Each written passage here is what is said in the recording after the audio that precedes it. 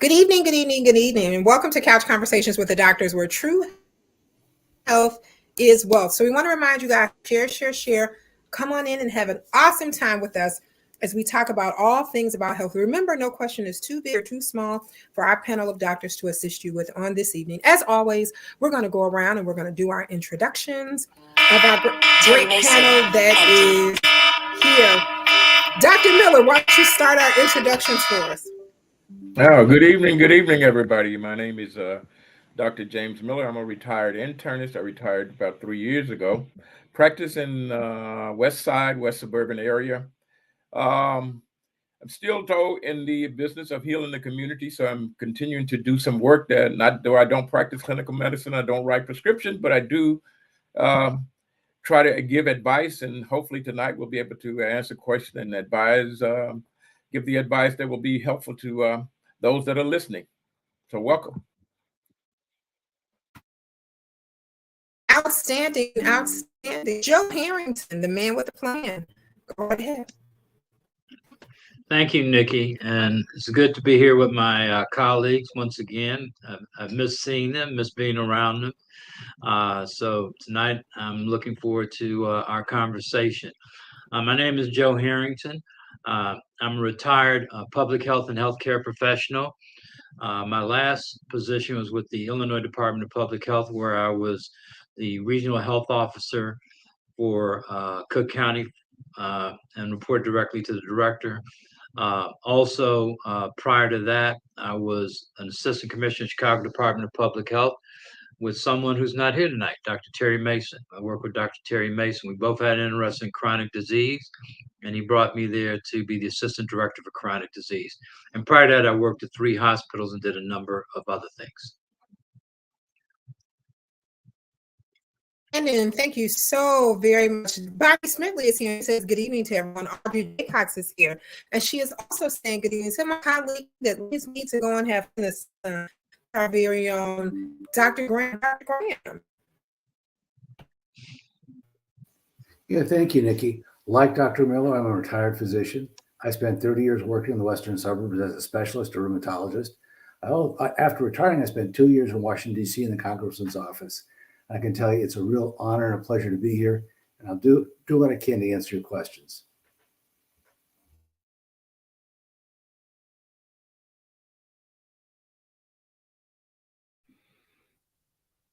Looks like I'm next, so I'm going to go ahead and introduce myself.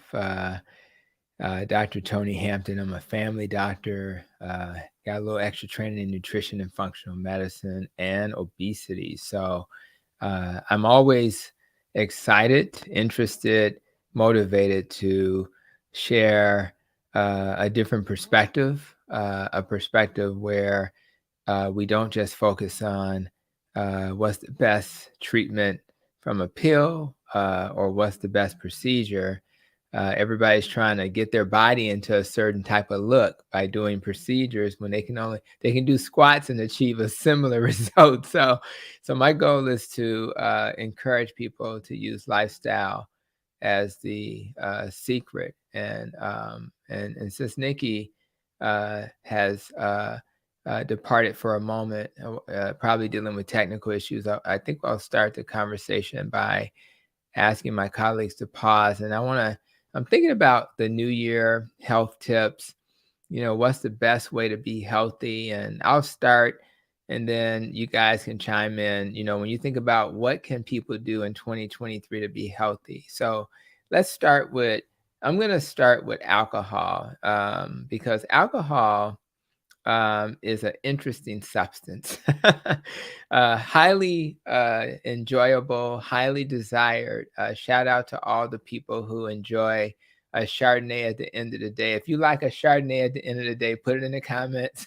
Share your favorite alcohol as we talk about that. So my thoughts on alcohol are interesting in that when I first started my journey as a lifestyle doc, I always felt like, what we were taught in school was that a couple of glasses a day for a guy and maybe a glass a day for a woman was not only not harmful, but could be helpful. It could increase your risk of having less risk for a heart disease. And I remember being at a conference in Vegas, and ironically in Vegas, right? and that's when they reported this to me, and I was like, oh my God, let me run to the casino and get me a drink because it's going to save my life, right? So I think the message I learned at the end of that conference was that if you're a drinker, it's okay to continue drinking because it may be helpful in other parts of your life, right? Heart health. But then as I continued to do more research, I realized there was a caveat. And the caveat is that alcohol to your body, for the most part, is considered a toxin, right? So one of the things I was talking to my wife about doing was a brief video to talk about how your body prioritizes its fuel.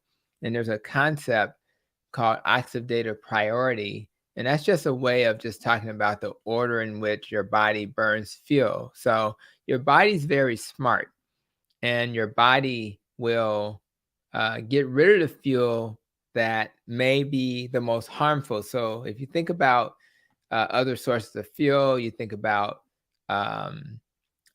besides alcohol, glucose, ketones. You can obviously turn fat and protein into fuel as well. So so this is the way you want to think about it. And as an obesity doctor, I have to think about this because people ask me all the time, Doc, trying to lose weight, but can I still have that Chardonnay, right? And the way your body works is that the alcohol, because it's considered a toxin, it will stop metabolizing everything else to deal with that alcohol, right? So if you're attempting to lose weight and you want to do that by way of maybe the way I recommend, which is to reduce the carbs, right? But you decide you want to drink alcohol, your body's not going to let you burn your body fat if you're consuming alcohol. It's because it's not a priority in that moment.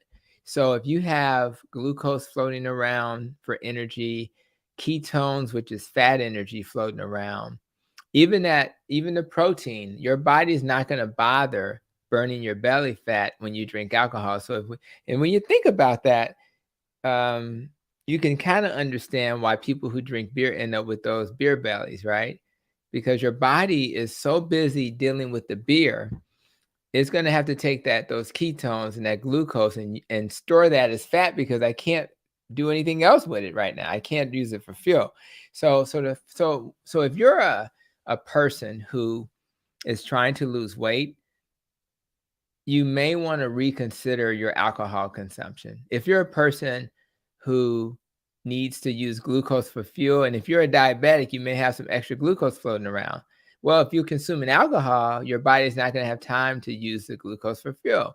So it's not going to help you if you're a diabetic. In fact, one of the most challenging things a diabetic can do, especially a type 1, is to be a drinker and try to keep their sugars under control if they're a diabetic and they're drinking alcohol. So I guess as I ask my colleagues to give tips about what their favorite area of focus should be, I'm going to go with alcohol should be minimized. And if you're dealing with weight loss and you're trying to do that, or you're trying to lose weight, maybe that's not a good idea. If you're diabetic, probably not a good idea. And again, if you're healthy, metabolically healthy, and you decide, you know what, I do want to have a Chardonnay at the end of the day, that's probably okay.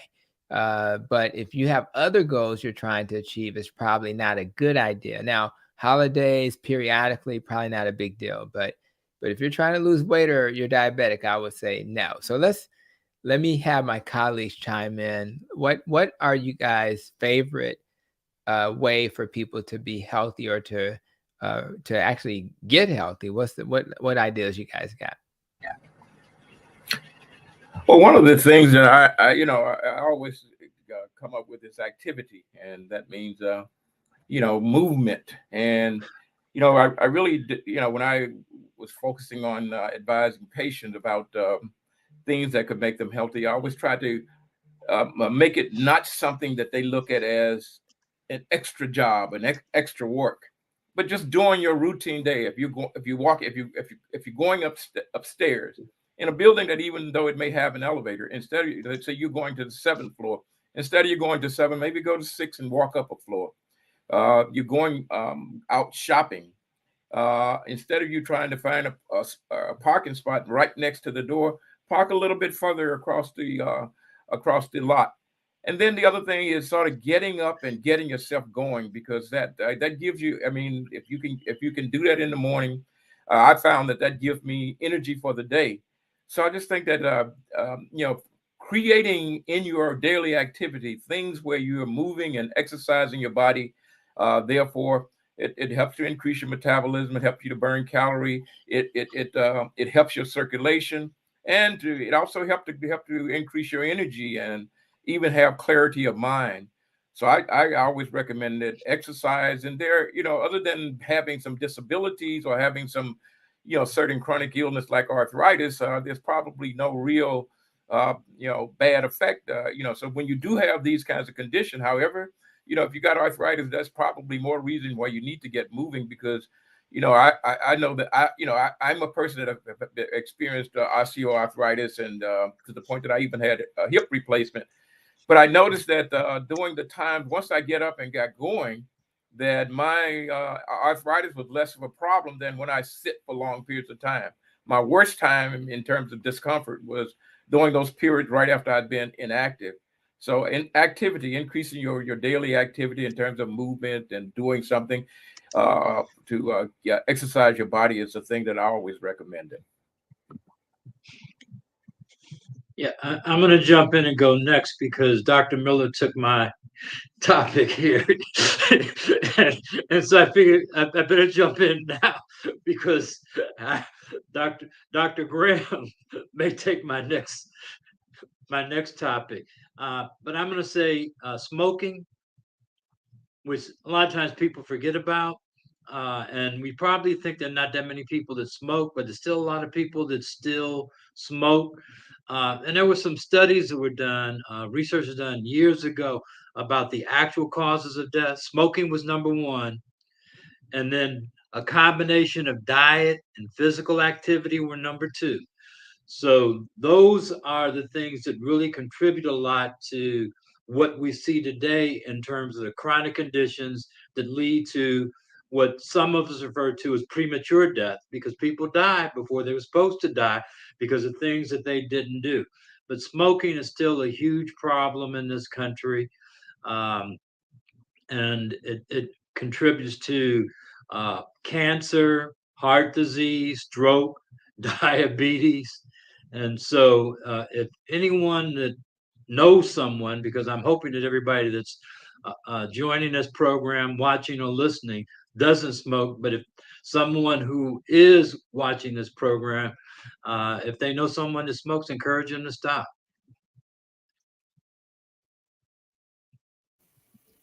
So interestingly enough, I'm going to circle back and go right where Dr. Tony has been. For me, I've really made a big effort to go into whole grains, things that are not highly enriched, but whole grains in everything, whether it's bread, crackers, tortillas, you name it. And I think that it's made a difference. If you start looking at these labels and you look at how many carbohydrates are there, you will find, at least I found, that you will feel better when you eat better. So I'm going to be closing the loop and going right back in Dr. Tony's lane. Yeah, that's real nice because the alcohol is a toxin, and the exercise will likely help to remove toxins. You have to sweat. Who knew that sweating would remove toxins, right? I didn't learn that in medical school, but I think at some point I learned it. And we know that the other toxin was what was just mentioned, which was smoking. So if we can minimize the smoking and the alcohol, that's two things. That's removing toxins or not even allowing them to come in. And then if we exercise and eat well, that's the key. So I do think that I appreciate all of those responses. You could argue that Dr. Graham focusing on diet is the most important. And then I think for anybody who is with us today, again, some people give their meters name if they're diabetic. Some people are fortunate to have a continuous glucose meter. So if you eat something and your meter does not like it, it'll tell you within an hour or two. Now, some people, if you check it in an hour, it depends on what you ate and all these other factors. So that's why I'm not sure. So it's really an hour to an hour and a half and maybe even two before you get to, because you're trying to get to what your peak is. And what we're trying to avoid is these peaks of high blood sugar, because when your sugar peaks, that's when all the inflammation occurs. That's when the insulin spikes occur. So if you're eating a particular food item and you're peaking more than you'd like or higher than you'd like, that may be a food to avoid. And so I think we all are obligated to do a little bit of an experiment where we decide, I'm not going to just depend on the experts on this panel. I'm going to trust the meter. I'm going to trust my experience, because it is possible that somebody will eat popcorn and it doesn't spike them, and the next person eats popcorn and it does spike them. So that may then make popcorn for some people a reasonable snack item, where with some people, they should absolutely not do that. So I think what I'm learning with my patients is to meet people where they are and try to always assume that what's true for one person may not be true for another person. I think that's really incredible. So I'm going to do another circle back around. Nikki, do you have anything you want to add at this point? Okay, so I'm gonna circle back around. Oh, Joseph. Before you go on, Yeah. I sent an article to everybody. It was in the British Medical Journal. I just read about it today, and they had 6 factors that lessen the likelihood of mental decline. So you'll probably see it. And so I just want to mention what those 6 are, because ironically you asked for one, and I was thinking of 6. And these are the lifestyle 6 modifiable factors they say limit the likelihood of dementia and cognitive function. Physical exercise, weekly frequency, and total time. Smoking, current, former, or never smoker. Alcohol consumption, that's what you were talking about. Never drank occasionally, low to excess drinking and heavy drinking. Diet, daily intake of 12 food items: fruits, vegetables, fish, meat, dairy products, salt, oil, eggs, cereals, legumes, nuts, tea. Cognitive activity, writing, this is number 5, cognitive activity, writing, reading, playing cards, mahjong, this is in the British Journal, other games. And the last one is social contact, participating in meetings, attending parties, visiting friends and or relatives, traveling, chatting online. Those are 6 things, and we've addressed some, but it's speaking to overall healthy lifestyle, and I think that's what we want people to take away. Yeah, I really do like to chime in on the social activity. I mean, those are things that we may not really pay a lot of attention to, because sometimes sometimes we just don't want to be bothered. But the fact of the matter is, having that activity, that connection, is so important. And the way life is that you gotta give up something to get something. So you got to be bothered sometime if you really gonna meet your needs. So as we're dealing now with the epidemic and the large increase in the manifestation of mental health in our communities, and we're seeing so much how people who are isolated and separated and not connected to others, how their behavior is just get to a point of really causing them so much distress, and even to the point that they're doing things not only just to hurt other people but to hurt themselves. So I think that developing and having that village, that network that we have regular activities with, regular conversation with, like I said, sometimes it's nice when we don't want to be bothered, but the fact of the matter is that we're social beings. And we need to have some socialization. We need to have some connection, and we need to feel that those conversations. Just like we are on here tonight, and other folks are listening with us, and through technology, they're able to connect and to communicate. These are good things to happen, and as opposed to just sitting up watching the television or just being on a computer by yourself. I mean, I know you can interact on the computer, but you do need to have some interaction with folks in a way that is that can be healthy, because sometimes you get into things where just you, there's no barrier, there's no corrective factor, because everything that you think of and you think is right, that's the only opinion you have, as opposed to when you allow other people to give you their opinion of what's going on, and that's a great interchange. Yeah, Dr. Miller, what you made me think of is when you talked about don't want to be bothered. That's antisocial. That's not social. So don't be antisocial.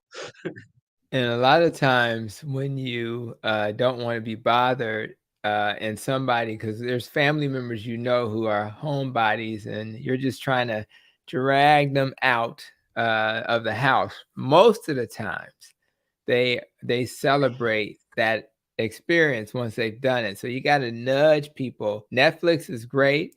Me and my wife are watching the New Amsterdam. I don't know if you guys have seen that, but it's a nice kind of a medical director guy trying to change the world in this big health system.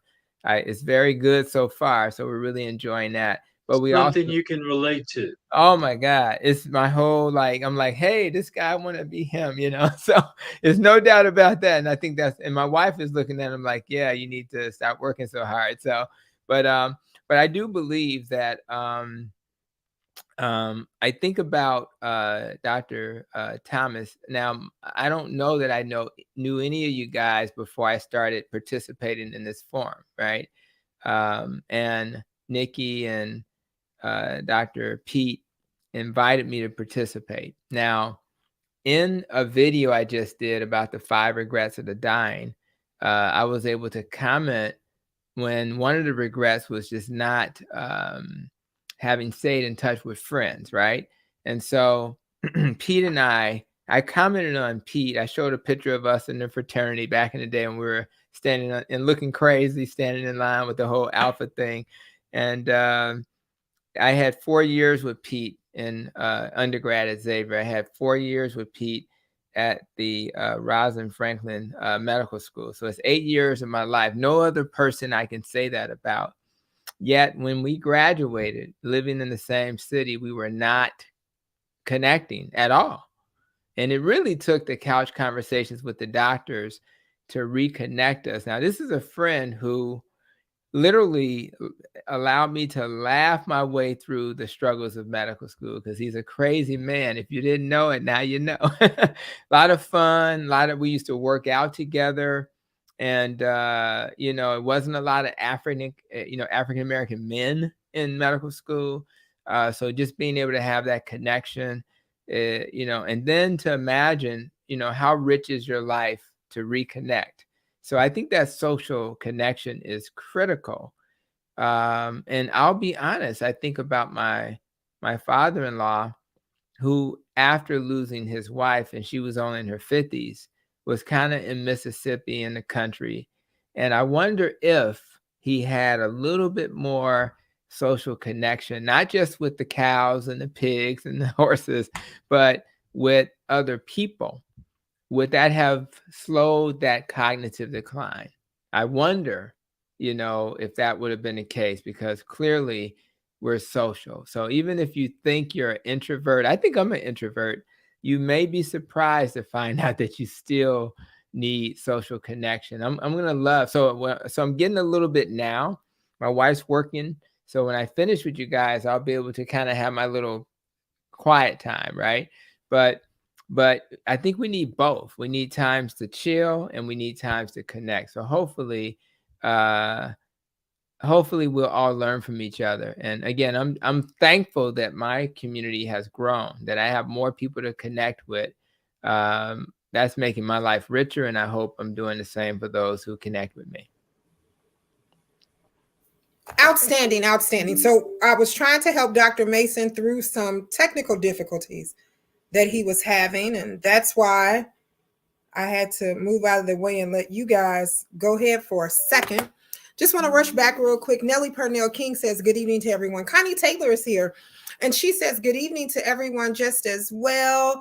Debbie Williams is here. And she says, good evening, everyone. Audrey Jaycock says, New Amsterdam was an excellent series. Linda Johnson is here. And she says, good conversation. Yolanda Harris is here. And she says, wonderful having men share in this forum. And of course, Virginia Knight is here. And she's saying, evening, everyone. Outstanding conversation as always, as always. We do have a question in the inbox, and in the inbox, the question actually is, why is smoking cigarettes a toxin? What causes the cigarettes to be a toxin? Ooh, boy, oh boy, oh boy. Don't you all jump at that question at one time, but. So part of the problem is you're burning something and inhaling it, and you're burning all this plant material. And this plant material contains any number of things that injure the lining of the lungs and causes inflammation of the blood vessels. So it's kind of like you wouldn't want to put your finger on the tip of a lit cigarette, but some of that smoke is going in really hot and carrying chemicals into really sensitive parts of your bodies that it's not meant to receive. So that'd be the way I'd say it. And not just does it affect the lungs, but it affects the blood vessels too. Two different ways. I mean, it causes scarring and injury. And then the other problem is your lungs have to work overtime to clear this material out of there so that you can breathe. And it's not built for it. And sometimes that process goes wrong, and those things can start the cancers that we're all concerned about. Yeah. All right. Well, yeah. One of the other thing is this. One of the other thing is that the lung is a very, very important organ and system in terms of providing us with oxygen that our body needs in order to be able to function, and getting rid of carbon dioxide, which is a waste product. And when something else is occupying part of that space, it crowds out its ability to do what it's designed to do. So if your lung can't get rid of the carbon dioxide that it needs to, then that carbon dioxide has a toxic effect on your body. And if you're not able to take in the oxygen, now you have a deficit that you're dealing with. So there's so many different things that we can look at how smoking can be a toxin. Whether it's the ingredients as well as it's the as well as the irritation that it causes in the lungs and in your mouth and the whole airway system.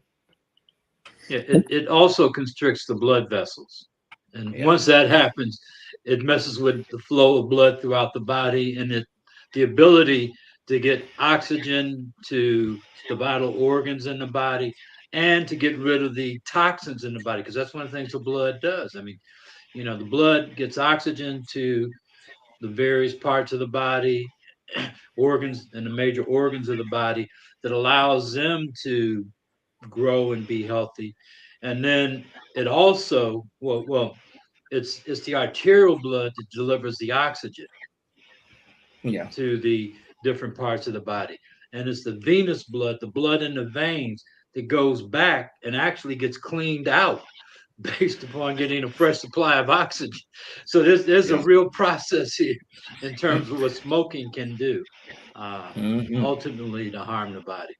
I would just like to add, and I just like to add just another thing, is that the change of oxygen, which is what we need, and the carbon dioxide, which is a byproduct of the things that we do with our body, happens in the lungs.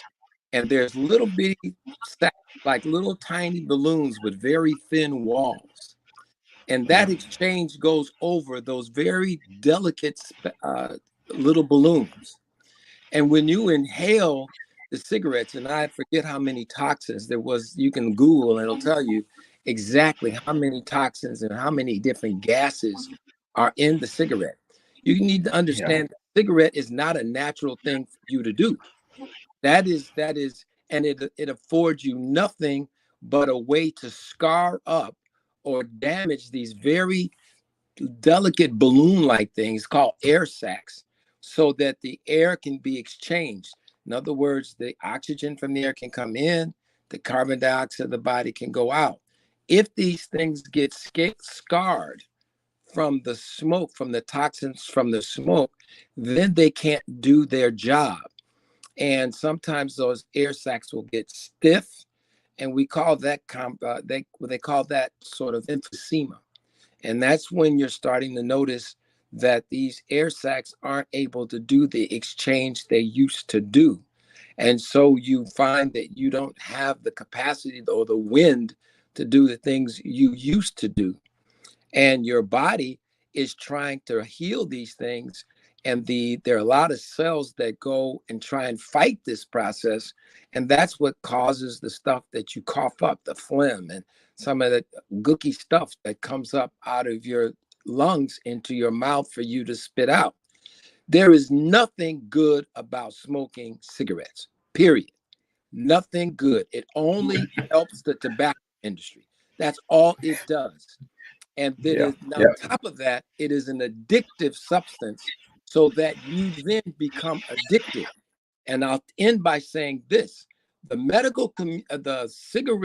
pharmaceutical cigarette companies knew 50 years before they were forced to admit it that cigarette smoking caused cancer. So there's no question about any of this. There's no debate about any of this. And if you filter it, that doesn't make it any better. It catches some things, but you still are exposing yourself to toxins. And you're paying to do it. A lot. You're Right. paying a lot. Yeah. Right. That's over $10, right? A pack of cigarettes is like over $10. Yeah. So Over $10 to do it. Well, cancer.gov and so does the CDC says that there are more than 7,000 chemicals in tobacco smoke. 7,000. Wow, that is rough. And at least 250 of them are known to be harmful, including hydrogen, carbon monoxide, and ammonia. They also say, and cyanide. Oh my God, cyanide in the cigarette? Well, I tell you. It says among those 250 known harmful chemicals in tobacco smoke, at least 69 of them are carcinogens. What about secondhand smoke? You shouldn't smoke, and that's why secondhand smoke is bad too. Yeah. And what about secondhand smoke? So one of the things to add, Nikki, it isn't just the lungs, but virtually every part of your mouth and other parts of your system are affected by these toxins. So you can get cancer of the tongue, cancer of the lip, other parts of your body could be affected. So it is one of the most unhealthy things that we know how to do. And to add what Dr. Mason said, they also discovered that they could flavor the smoke. It'd be more addicting. So the fact that they're selling things with flavors in them is not by accident, it's by design. So this vaping like menthol cigarettes, I was going to say, go ahead, Dr. Mason. Cigarettes is that it makes you inhale it even deeper, or even more. So the cigarettes are, I don't care what anybody says. Yes, you can make your choices to do what you wish to do, but when you choose to smoke, you choose to participate in your own self-destruction. That's what you're doing, period. No ifs, ands, or buts about it. And there are no good cigarettes. Not only that, if you go to your dentist, the dentist will tell you that one of the things that helps to damage your gums are some of the toxins that are in the cigarettes. And so you start losing your teeth. And even if you do, even these implants, and you can talk to some of the dentists, and I would suggest that you do, that do implants, they have some real reservations about even trying to do implants in people who smoke. But talk to them about that, and they will tell you why. And I think the bigger message is preventable. So when they look at what's the leading cause of death, they may say heart attack, cancer, stroke, dementia. But this is a different bucket. Those things sometimes will happen. There are some things we know we can prevent, like type 2 diabetes. Type 1 diabetes, maybe not so much. And I never blame a patient for, their current state. My goal is to get them from their current state to a better state. But smoking is there's two things that they put in the category of preventable death. You could argue obesity is more complicated. Smoking's always been kind of number one. Now obesity is number one. But the bottom line is those two conditions together, obesity and smoking, are 66% of the preventable deaths in this country. That's pretty striking. So I've never seen a patient with bronchitis emphysema who either they worked in a mine, which is not as common in our area, or they were smokers. And not to blame them, but man, if I had met them 20 years ago, 15 years ago, whatever, when I could have said to them that what we're trying to do is this is a battle. From the moment you have a beating heart and it's just a little dot, you're going to be inundated from the outside environment, even coming from mom sometimes. If mom's a smoker, that's going to put you at risk. How ironic is that? So the goal is, if I'm going to be in an environment where I'm going to always be exposed to all of these forces that can harm me, your job is to, if possible, don't add to that by adding things that harm you, like smoke. You already live on the south side of Chicago where there's just a lot of stuff in the air that's going to harm you, right? Pollutants in the air. So because all of those things that can harm you lead to something that causes most chronic diseases, and that's, as Dr. just said, inflammation. And once you get inflammation, the cells that were doing pretty good are now having to fight this extra inflammation. And all of that inflammation on your cells is going to irritate it to the point where maybe, just maybe, that irritation leads to a mutation. And now you're dealing with cancer. So the goal is, as we go through our life journey, let's reduce the things that harm us. Let's start adding the things that help us. And we will all leave here one day, but we shouldn't leave here early because of something that we did intentionally. And if you need help, there's enough resources out there, whether it's what we give you as a pill, like Chantix, or a patch, nicotine patch, or even just the support. Just like we talked about the importance of having community. Sometimes you just need people around you who can support you. Once you get the information, then you need somebody to walk with you. Yes, it's one of the most addictive substances on the planet, but I've seen patient after patient overcome it. And the number one reason I've seen people overcome it, to be honest, is they find their why. They find that reason for wanting to be here longer. And they then start to imagine, I work with them, let's imagine what life would look like without a cigarette in your hand. And when you've been doing it since you were 16, that's hard to imagine. But what they imagine is, you know what, I can walk up the stairs finally. And they may do a little extra coughing in the beginning because they're used to smoking, but eventually I'm not coughing so much. I'm not short of breath so much. I got more energy. I'm not always thinking about cigarettes anymore. So you can actually find another way to live once you get that old you out the way and make room for the new you, who I think is going to be a better version of you. I want to just clarify. In nothing that I said, and I don't think anything anybody here says, blames the victim. We're not trying to blame you. Let me just tell you, there are millions and millions and millions of dollars spent every year to get you to smoke.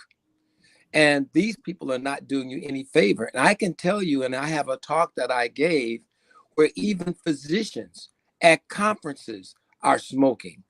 Not recently, but in the old days. And they had doctors doing commercials for cigarettes, dentists giving commercials for cigarettes. And then by mentholating the cigarettes and making slogans like "Take a breath, it's springtime," and using all of the subliminal messaging that could be used to get you to do this. The same thing is happening with some food things. So we have to understand that these are not, I don't ever blame the victim. the people, the person, victim.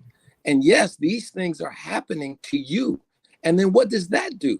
You start getting these conditions that send you into other areas for assistance, some of which will be able to deal with reversing this, but much of it may not. And there are things that will seem to be place the burden on you to try and fix a problem that you did not alone cause and are not still alone trying to cause it. So no, I don't mean for anyone to walk away from this conversation thinking that we are blaming you. No, I put the blame squarely where the blame is. For the cigarette smoking, it is clearly on the tobacco industry, just as obesity is clearly on the marketing of the kinds of foods that we're being able to make. And the fact that 70% of the meals that people are eating today are cooked outside of their homes, and that fast foods have made themselves so plentiful and so easy to get that, and we've created such congestion in our lives, either directly or indirectly, that we feel such pressure for time that we do these things. And lastly, when Michelle Obama was trying to do some positive things in the White House, they told her, oh, girlie, no, no, no, you go over there and jump up and down. Let's move. You see how quickly they moved her away from the real cause of what was going on. You can't out exercise a bad diet, period. I don't care what you do, you cannot do it. So let's just be clear and make sure that we are clear on where the blame for this is all about making money. And you are nothing but a pawn. We are nothing but pawns in that scheme. Yeah, well, that's so correct, and I think that as we said, we're not here to blame the victim, but we are here to inform and to help the victim, because these are conditions, these are things that cause conditions that will take you out, and not only kill you, but they'll make you very ill and make the life that you do live a miserable life. When you can't breathe. I remember when I were younger and played football, and I remember a couple of times getting getting the wind knocked out of me, and I couldn't breathe. It you feel impending doom when you can't breathe, and so the same thing happened. I mean, I've noticed a couple of times I've had patients who, one thing or another, maybe they was asthmatic, but something happened to them that they had this severe coughing, and that they get this feeling that I can't breathe. That is a bad feeling. And so when you start damaging the organ system that is responsible for that you're starting to create a pit that you won't be able to get through and get beyond. So we are here to inform you that no, it's not your it's not your we're not here to blame you, but we're here to tell you and help you to escape from this condition and these advertisement that is it's there to attract you to do something to hurt you for their profit. It's not they're not there doing it because they hate you, but they want your money, and therefore it doesn't make any difference whether what happened to you. It's a matter of they just want your money, and that's anything to enhance getting your money in their hand out of your pocket. That's the idea. But you have to be aware of what it is and what's going on. And I think the other thing is that one has to think about, most people who smoke realize that when they don't smoke, that they feel the withdrawal. Anything that is not good for you and you try to get away from it, and it'll keep pulling you back. You got to know that that's not a good thing. It put a hook in you, and it makes you desire to have it, not necessarily because you just want to feel good, but it makes you feel bad when you don't have it. And that's so you got to realize that, and you have to be able to go through and transition from that. Well, that impending doom feeling is real. So everything else in my life could be wacky and out of line except for my asthma, because that's a feeling of that elephant sitting on your chest that you cannot move, that you don't want to have. So trust that not being able to breathe is something terrible. Well, Nellie Purnell asked a question. She says, are there different types of inflammation in the body? I would just say there are different. There's inflammation in different places of the body. The inflammatory process is a reaction. It's actually a reaction to something. So usually when you have an inflammatory process, it's because something is being introduced that triggers the release of certain certain elements in the blood that are trying to neutralize this particular invader, so to speak. And as long as that invader is there, that response is going to continue. And sometimes that response can trigger the release of certain cells that do certain things, some to try and neutralize what the harm is, and some of which is helping to also remedy or repair the damage that's being done. So the inflammation is actually a response to an foreign invader. It's like the army being called out to try and muscle. And there's just like you got the Army, Navy, Air Force, and Marine Corps, you got white blood cells, you got all different types of cells and other antibodies that come along to try and fight this offender. So it's inflammation is always going to be a response to something that probably shouldn't be there. It's trying to do you harm, and it's trying to fix it for you. And Joe Harrington, I know, Joe, you worked a lot with the American Lung Association, and there are some resources like the Quit Line and what have you. And if you could sort of let the folks know that would be great. Yeah, the two organizations, if you're looking to quit, would be either to reach out to the Respiratory Health Association, which is local, and you can just Google them, or the American Lung Association. As Dr. Mason said, there is the Illinois Tobacco Quit Line, and that number is 1-866-QUIT-YES. 1-866-QUIT-YES. And they will point you to resources regardless of where you live in Illinois, that can help you if you are a smoker and addicted to cigarettes. Well, that's great, because Debbie Williams asked the question, if a person who is a chain smoker and he wants to stop smoking, what are the steps that he will need to help him get started, and when should he start? So that's her question. So once again, Joe, can you share that Quit Line information? It's 1-866-QUIT-YES. 2 words together, QUIT-YES. And it should get started right now, as soon as possible. So Debbie, take them cigarettes and run out the door with them. Take them cigarettes and run. Just leave. Run with the cigarettes. You know, it's amazing. I'll say this real quick. It's amazing. I used to work in the grocery store, and I remember when cigarettes were 26 cents a pack. 26 cents a pack. And I think they're a whole lot more than that now. And some of it is for the cost of the tobacco, but you also got to remember that cigarettes are also a major revenue thing. Because what happens, for the government, or a city needs money, they will go to cigarettes and alcohol and tax them more. So part of the cost of tax of cigarettes is that. But to me, I mean, I'd put a $10 tax on cigarettes if I could, if I thought that would actually help curb people smoking, because this is sinister. And if you've got heart disease, or if you got asthma or anything, that my internal medicine colleagues on this panel, and you got to understand that this can have effects for men and a sexual drive. It could have all kinds of problems, like we mentioned earlier, with dental issues and all kinds of other cancers that it makes your predisposition even worse for. Yeah, you know, one of the what things you that made we- me think of, that's what they call taxes on cigarettes and tobacco, sin taxes. Yeah, they're not there. The taxes are not there to help you.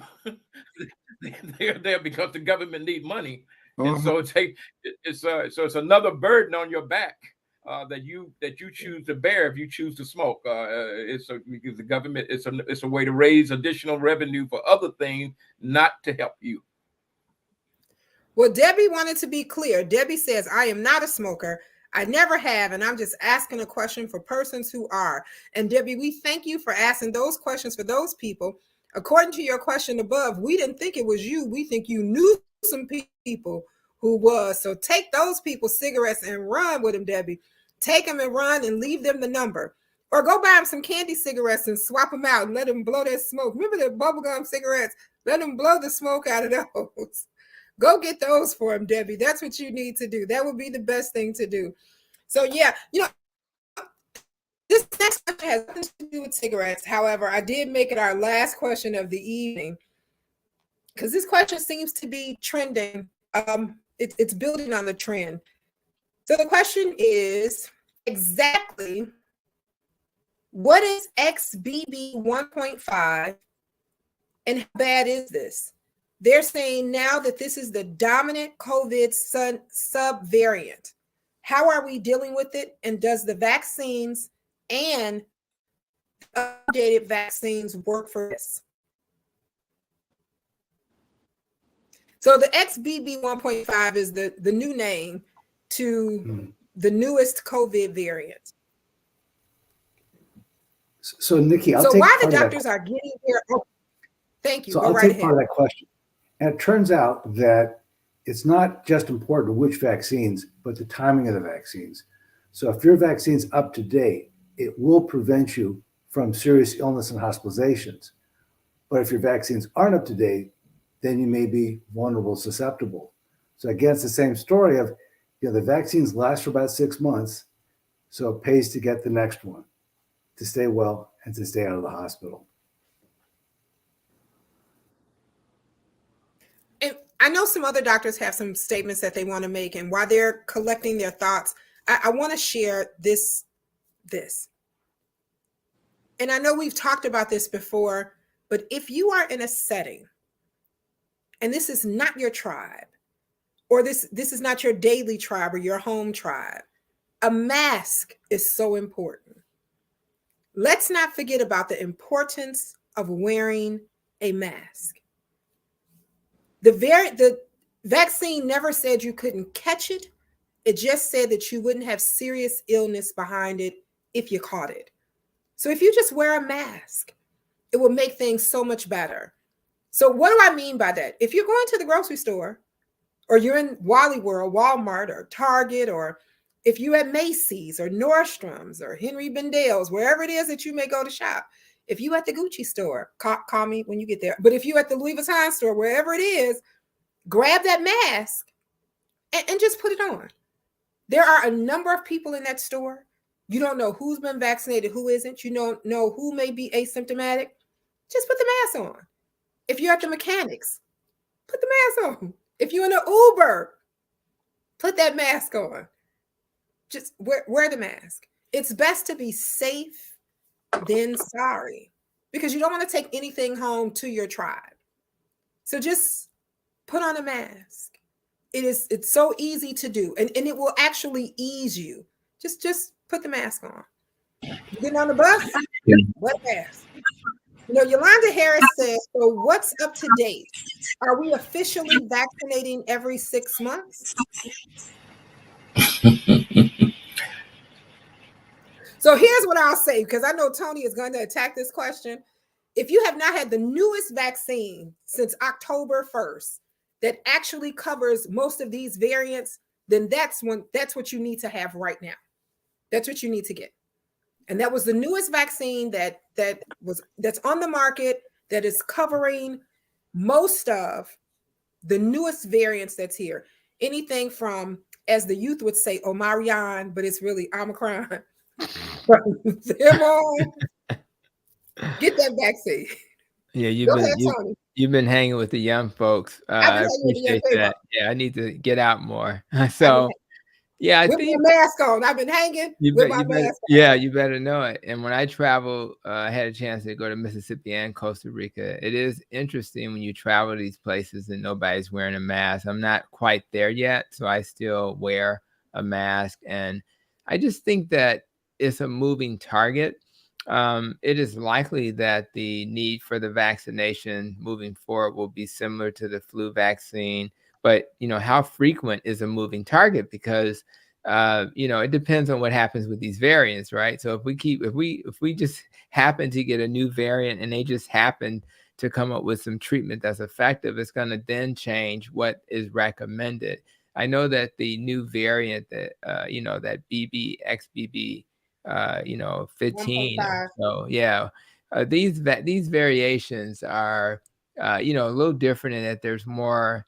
It's more mutations, and when you have more mutations, it gives the vaccine an advantage. So they can kind of mutate in a way that'll get it around the vaccine, and it may make it more likely that you get an infection. You're still going to be in much better shape being vaccinated because you're going to have a level of familiarity with the virus, so you're going to be able to fight it a little bit better.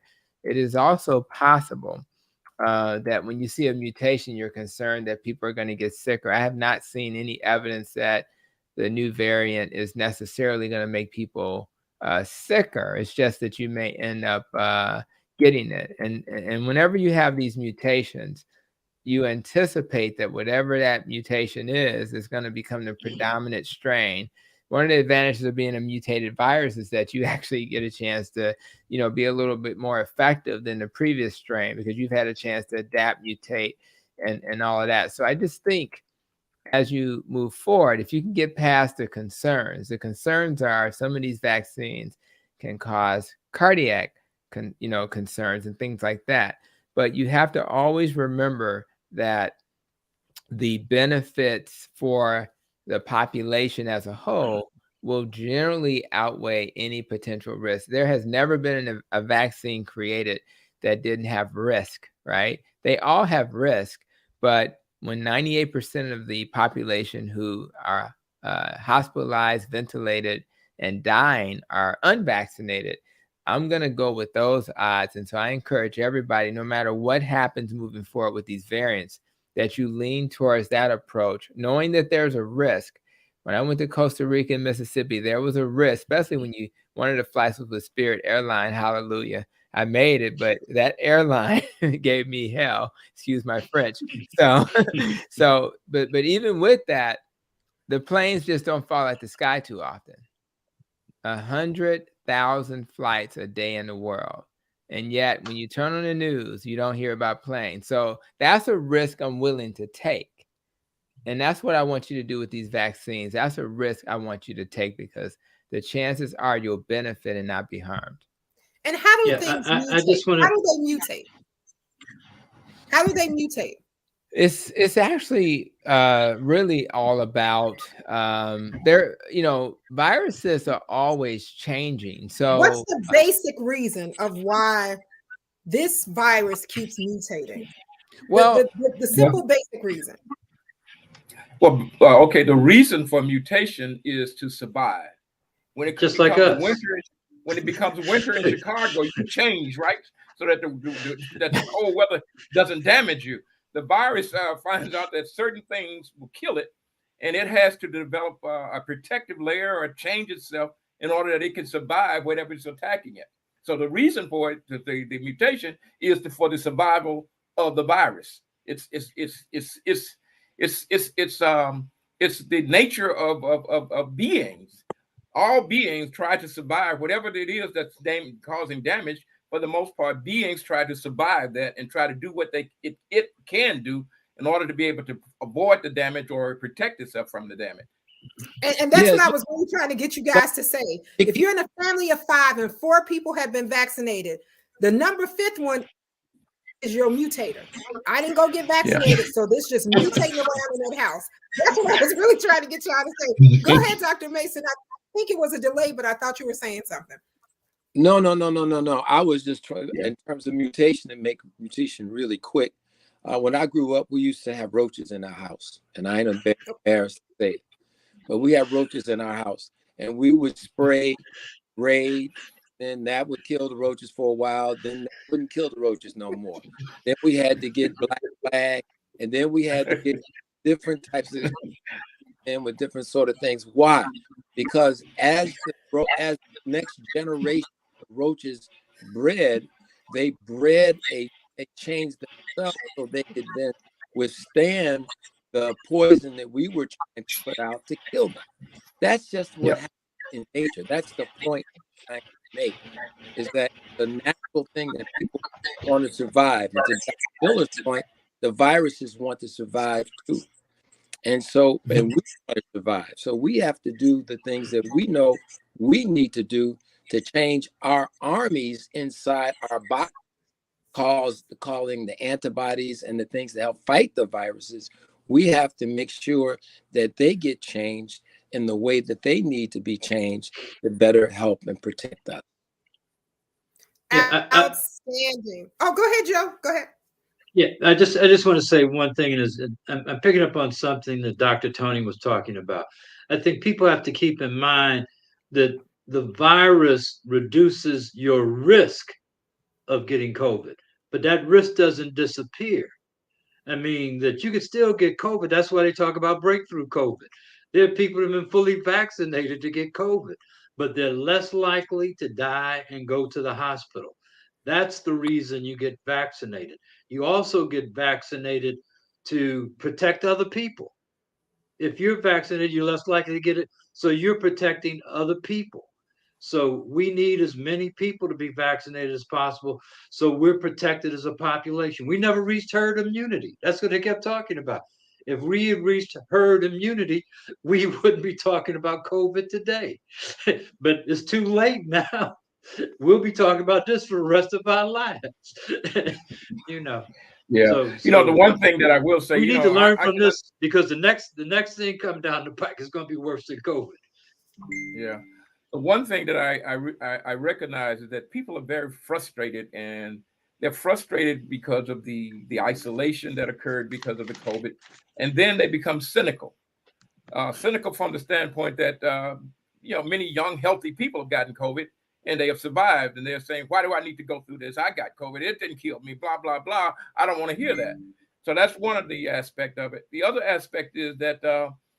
And I always try to tell young people that maybe you might not really get real sick, you might not die, but then you go and you're going and visiting grandma, who's old and with chronic diseases. So you love her, and you want to share that love with her, but don't share the COVID, because now if you do that, then you're gonna take away the ability to share the love. So we have to become concerned more than just about ourselves and about the things that we want to enjoy, and be concerned about the other people that we care about and love. Make certain that we protect them, and that our activities, our behavior is in such a way that it helps to protect them. Because if you're not infected, you can't infect somebody else. But if you are, then you do have the ability to allow this virus to infect another person.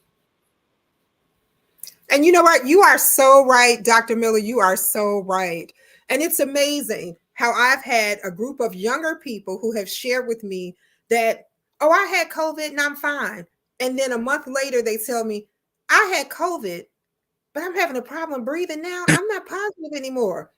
Or my heart palpitates a lot. It's called COVID long hauler syndrome. If you'd have got that vaccine in the beginning, you'd have been better. I'm going to go around and ask this, because we've passed our hour, but I've got to ask this question. And I'm going to ask to all of our panelists really quickly. Dr. Mason, is there a cure for COVID? I don't think there's a cure. I think there's a way to manage it. All right. Joe Harrington, is there a cure for COVID?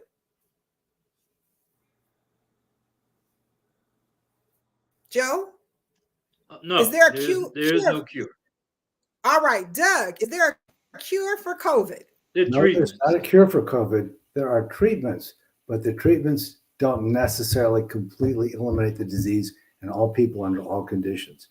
It just reduces it. It helps you Dr. recover. Miller, thank you. Dr. Miller, is there a cure for COVID? No, there's no cure for COVID. The vaccination helps to decrease the amount of people who are going to have severe consequences, and it also by using the various modalities to prevent COVID, we help to decrease the circulation of the virus. But there's nothing that's present today that we can use to cure COVID. Thank you. Dr. Hampton, is there a cure for COVID? there is no cure, and what makes it a challenge, we have been blessed to have a cure for hepatitis C, but very rarely, at least at this stage in our scientific journey, have we had cures for viruses. Those little animals look just like human cells in so many ways. They're so similar that when you destroy the virus, a lot of times you're hurting the human cell. So we may be able to get there. I think hepatitis C has given us hope, but at this point, no cure. And we have to mitigate the risk by avoiding it and or creating a body that can handle it whenever it's exposed. And we do that by having protection from a vaccine, which will prepare our bodies in advance so we'll know how to attack it. And I also text that question to Dr. Maya, who also said that there is no cure for COVID. And Dr. Pete will send his message back shortly. And I ask this question to every doctor that's on our panel every night, because the 65 of you who sent that question saying that CMOS can be a cure for COVID and also posted that on my page, that is no such thing. And yes, I took it down because there is no cure for COVID. And I don't want people walking around here thinking that you can take 2 tablespoons of sea moss and cure COVID. There is no research or data behind that. So please, that this is what you heard here, because you've heard all of the medical experts say that there is no cure for COVID at this time. No cure. So I take the vaccine and a prayer, because that's what we are. All right. Barbara Ivory says, why are people telling people to only quarantine for 2 days? And Miss Leek is saying, thank you for this platform that is the most helpful for the community to become more knowledgeable about health. Nellie says, thank you to everyone. Barbara Ivy says, we need to educate our people to help us understand COVID and what it does to our generation, And Melanie says, thank you to the panel for all of the great information that they share. We're going to get back to some of your questions that you have. Thank you just as well, Yolanda. We're going to get back to some more of your questions. And I know that there were a ton of questions about the new variant.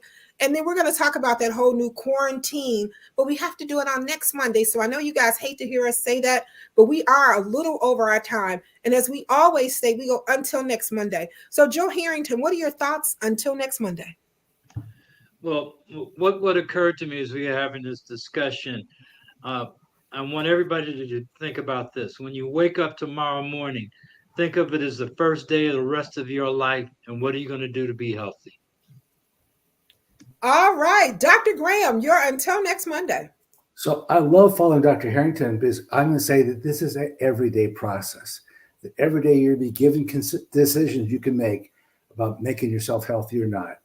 And you're not always going to make them all right, but every day if you concentrate on it, you'll get there. But it's a slow process. It's not quick like the internet. Outstanding. Dr. Mason, you're until next Monday. The best thing you can do is prevent things. You may not be able to treat them when they come, but at least you can help prevent them by creating an environment in your body that's hostile to these bad invaders. So that means we need to make sure we drink water, we get our rest, and we eat as well as we can, making certain that we have enough fruits and vegetables in our diets so that we're not suffering from things like constipation and things of that nature. And also, we need to learn to be kind. And if you have any kind of spiritual life that you choose to partake in, do that as well, because that will also give you a kind of way to have an inner peace that you might not be able to otherwise enjoy.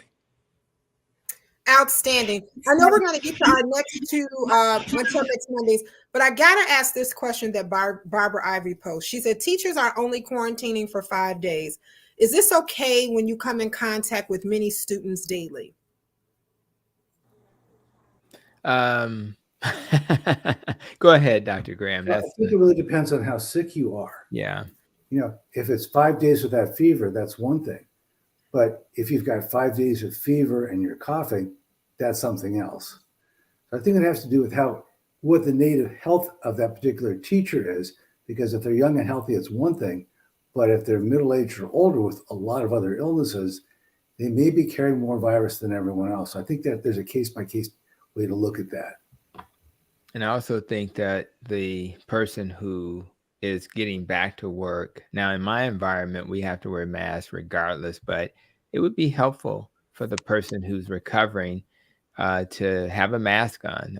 If they're in an environment where it's not required, at least just giving their body a little bit more time to get those little viral particles under control. So that's what my recommendation would be.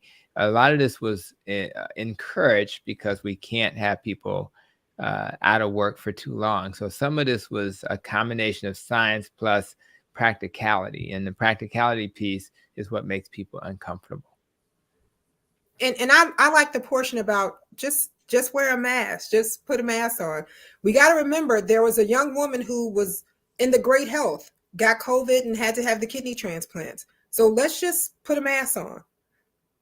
So Barbara, we're going to get to some of your other questions, and I know you guys are sending questions asking, are we going to talk about healthy hearts? Are we going to talk about Women's Heart Month?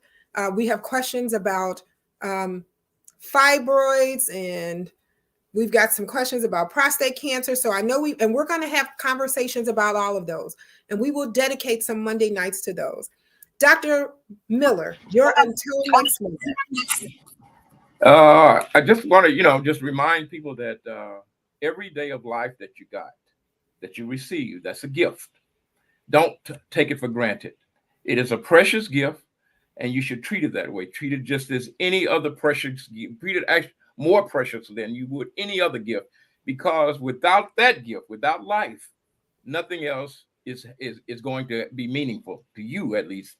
So so whatever it is that you do, make certain that you're doing those things that will protect and treat that gift in a most the best way that you can, whether it be when you're eating, whatever you're doing, when you're out, protect yourself from COVID, when you're in environments with other people, try to keep peace. Don't do those things that will get somebody upset and maybe aggravate them to the point that now they begin to do. We have to realize, again, all of us, that we got a great gift. We've received a great gift, and let us treat it that way, and let us try to prevent these things that are destroying life from occurring. There are some things that are happening here with life that is causing death that doesn't have to happen if we would change our behavior a little bit. Outstanding. Dr. Tony Hampton, you're until next Monday. I think we had a great discussion. We started by asking, what would my colleagues feel is a great way to, help people achieve their goals. And we talked about physical activity. And I'll be honest, I have to do a 15-minute session of physical activity with some bands when I finish this conversation. I'm not looking forward to that, but I'm going to tell you what I am looking forward to, how I feel when I'm done. So there is a little bit of a sacrifice. There's a sacrifice when you give up smoking, when you've been doing it all your life. There's a sacrifice when all your friends are at the party. And in fact, when I was more concerned about how people perceived me, I would put some spritzer or something in a glass just to make people think I was drinking. I mean, it was just a social pressure. But I don't do that anymore because I'm grown. But back then, I was grown, but just stupid, I guess. But what I'm saying to you is I understand the pressure. I understand the temptation with diet.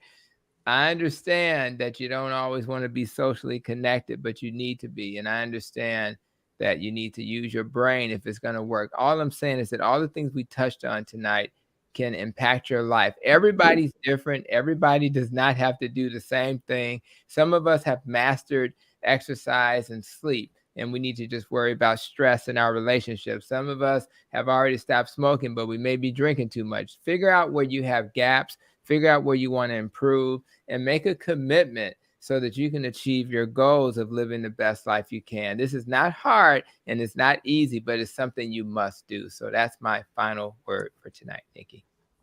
Well, I had to laugh because I made money off people drinking, and I didn't sell the alcohol. I didn't. I always have to find the good in everything, and then I have to capitalize on it. Yeah, pay so bills. Everybody who was drunk, I gave them a ride home, so it was all right with me, and I charged them. So I always made money off of it. I mean, I hate to say it, but that's what I did. And yeah, okay. My mom worked at Nestle's, and so I used to sell. I'm a low carb doc, and I used to sell Baby Ruth Butterfingers. So that was my thing, the opposite of what I do now. So I guess that would keep us even. Right. Okay. Just want to remind you guys to join us right here every Monday night. Join us right here every Monday night.